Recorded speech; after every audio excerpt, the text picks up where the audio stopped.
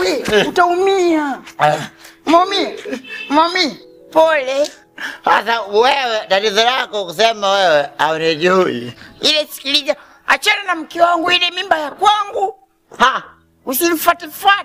Wewe wa kwako mwanamke, mimi ya kwangu mimba. Hivyo. Mimi nilikuwa natembea naye.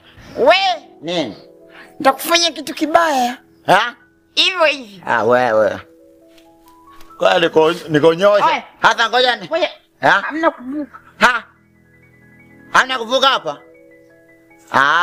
Na wewe hamna kuvuka hapa. Wewe. Mimi sio bubu. Mami. Unanifanya nini? Wewe. Akuongoza babu zako. Ngoja nikuongozee babu zako. Sabiri. Alafu we una simu hapo, nimpigie mama kusema angisikia nimekufa tu ajue nimefia hapa. Ni nani? Umejaza king'amuzi cha kutosha. Iya. Niulizie na bei ya hospitalini, watu wangegombana imepanda, kama mtu angeumia imepanda bei ya matibabu. Alo mama.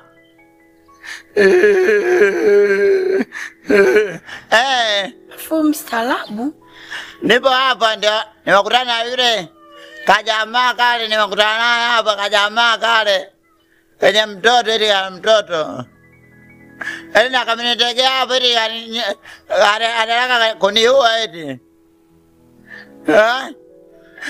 Siniue saizi, eti anataka kuniua saizi. Unasema mimi nilikuwa nafuata 200 yangu kupale mbele, eti anataka niue kabla sijafika eti.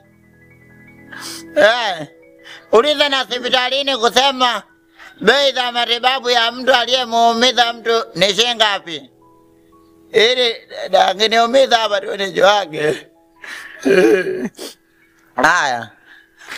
Sikili, kaka. Mpigie mama Sobogani. Tafuta namba mama Sobogani. Mama Sobogani. Na mimi nipe taarifa. Kwa sababu lolote linaweza kutokea. Au nijui wewe. Alo. Wewe si mwingine mama yako, tujie mimi niongee mama. Alo mama. Sikiliza. Kuna huyu jamaa nimekutana naye, ananiambia anasema eti mimba ya kwake na huku mimba ya kwangu. Wewe. Haina shida. Ushauri wa mama. Kwa mimi nitakufanya mimba ile mimba ya kwangu sasa. Wewe. Nini? Utaona. Wewe cha kufanya nenda kukuvutia kwa mganga. Ningefika kwa mganga nasema mlete huyo. Picha yako sio nayo. Kweli? Haina shida. Lakini tumeelewana mama kwa ajielewana na mama. Hajaelewana? Hajaelewana. Wewe basi aoga kwako mtoto, mke wake, mimi mtoto eti. Tutapigia